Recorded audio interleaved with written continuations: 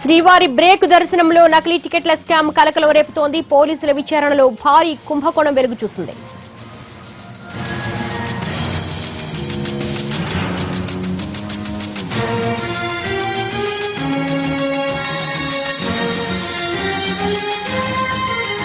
పోలీసుల దర్యాప్తులో వెలుగు చూస్తున్న భారీ కుంభకోణం. టీటీడీ బ్రేక్ దర్శనాల బ్లాక్ లో విక్రయిస్తున్న ముఠా గుట్టు రట్టయింది. పోలీసుల విచారణలో భారీ కుంభకోణం వెలుగు చూసినట్లుగా మనకు సమాచారం అవుతుంది. మొత్తం 9 మంది దళారులను పోలీసులు అరెస్టు చేశారు.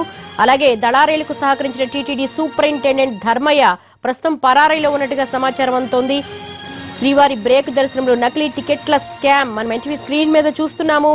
పోలీసుల విచారణలో ఈ భారీ కుంభకోణం వెలుగు చూసింది.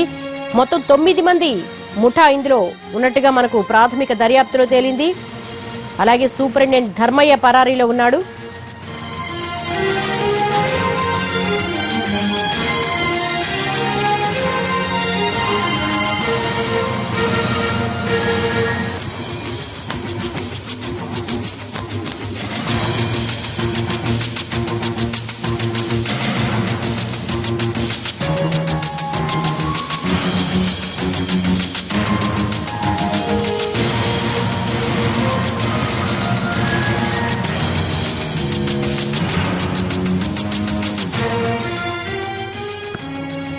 నకిలీ టికెట్ల స్కామ్ కలకలం రేపుతోంది. టీటీడీలో పోలీసుల విచారణలో భారీ కుంభకోణం వెలుగు చూసింది. డీటెయిల్స్ మా ప్రతినిధి మోహన్ ప్రసాద్ అడిగి తెలుసుకుందాం. మోహన్, ఏం జరిగింది? ధర్మయ్య వివరాలు ఏమైనా తెలిసిందా?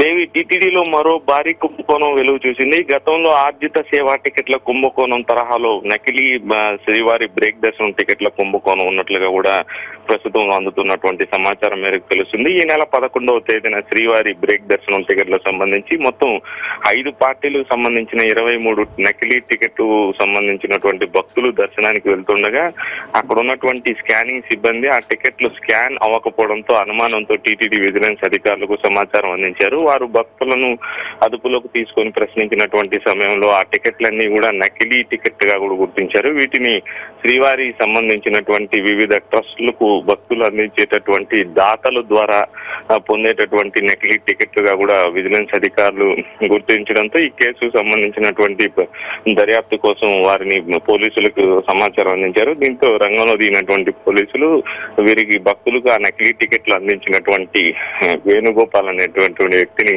అదుపులోకి తీసుకొని విచారించారు. ఇతను కర్ణాటక రాష్ట్రం బీదర్కి చెందినటువంటి వ్యక్తిగా కూడా గుర్తించి అతని ద్వారా అందినటువంటి సమాచారం మేరకు ఇప్పటి వరకు 9 మంది దళారీలను అదుపులోకి తీసుకున్నట్టుగా కూడా పోలీసులు సమాచారం అందిస్తున్నారు. ఇక వీరు గతంలో అంటే 2014 నుంచి కూడా శ్రీవారికి సంబంధించినటువంటి బ్రేక్ దర్శనం టికెట్లను నకిలీ సిఫార్సు లేఖలపై పొందుతూ వాటిని భక్తులకు అధిక మొత్తంలో విక్రయించి ఆ డబ్బులను ఈ 9 మంది దళారులతో పాటు టీటీడీ సూపరింటెండెంట్ గా ఉన్నటువంటి ధర్మయ్య సహకారంతో పొందుతున్నటువంటి టికెట్లు కావడంతో వారంతా కూడా వాటాలు వేసుకుని పంచుకున్నట్లుగా కూడా పోలీసులు సమాచారం అందించారు. 2015 ఆగస్టు నుంచి కూడా ఈ నకిలీ సిఫార్సు లేఖలపై పొందే టికెట్ల విధానం కష్టతరం కావడంతో వీరు డోనార్ పాసులను నకిలీగా తయారు చేసినట్లుగా కూడా పోలీస్ దర్యాప్తులో వెలుగు చూసింది. దాదాపు 1500 నకిలీ పాస్ పుస్తకాలను వీరు డోనార్ల పేర్లతో తయారు చేసి వాటిని 80 పాస్ పుస్తకాలను కూడా వాడుకలోకి తీసుకొచ్చారు. ఇక అటు తర్వాత ఈ నకిలీ పాస్ పుస్తకాలకు సంబంధించి ఉన్నటువంటి వ్యవహారంపై అనుమానంతో ఉన్నటువంటి టీటీడీ 2017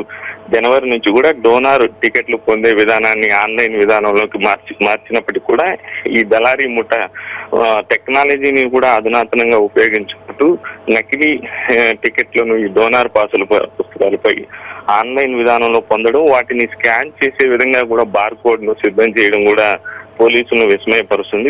ఈ విధమైనటువంటి వ్యవహారాన్ని జనవరి నుంచి కూడా మార్చి వరకు కూడా కొనసాగించినట్లు తెలుస్తుంది. ఈ 2 నెలల్లోనే దాదాపు 80 నుంచి 90 మంది పార్టీలకు సంబంధించినటువంటి భక్తులు దర్శనానికి పంపినట్లుగా కూడా విచారణలో వెలుగు చూసింది. ఇక ఈ నెల 11వ తేదీన ఈ నకిలీ టికెట్లు స్కాన్ కాకపోవడంతో ఈ కుంభకోణం మొత్తం కూడా వెలుగు చూసినట్లుగా పోలీసు దర్యాప్తులో తెలుస్తుంది. దీనికి మరికొంతమంది టీటీడీ సిబ్బంది కూడా సహకరించినట్లు పోలీసు దర్యాప్తులో వెలుగు చూడడంతో వారిపై అదేవిధంగా వారి ప్రమేయంపై కూడా పోలీసులు దర్యాప్తు కొనసాగిస్తున్నారు. మరోవైపు ధర్మయ్య గతంలో టీటీడీ జేఓ కార్యాలయంలో సీఎం పేషి సిఫార్సు లేఖలపై టికెట్లు జారీ చేసి అధికారిగా పనిచేయడం, అదే సమయంలో భారీ ఎత్తున కూడా కుంభకోణాలు ఈ విధమైనటువంటి వ్యవహారం కొనసాగినట్లుగా కూడా తెలియడంతో ఆ సంబంధం ధర్మయ్య జేఓ కార్యాలయంలో పనిచేసినటువంటి కాలంలో జారీ చేసినటువంటి టికెట్లకు సంబంధించిన వ్యవహారంపై కూడా పోలీసు దర్యాప్తు కొనసాగుతుంది. All right Mohan.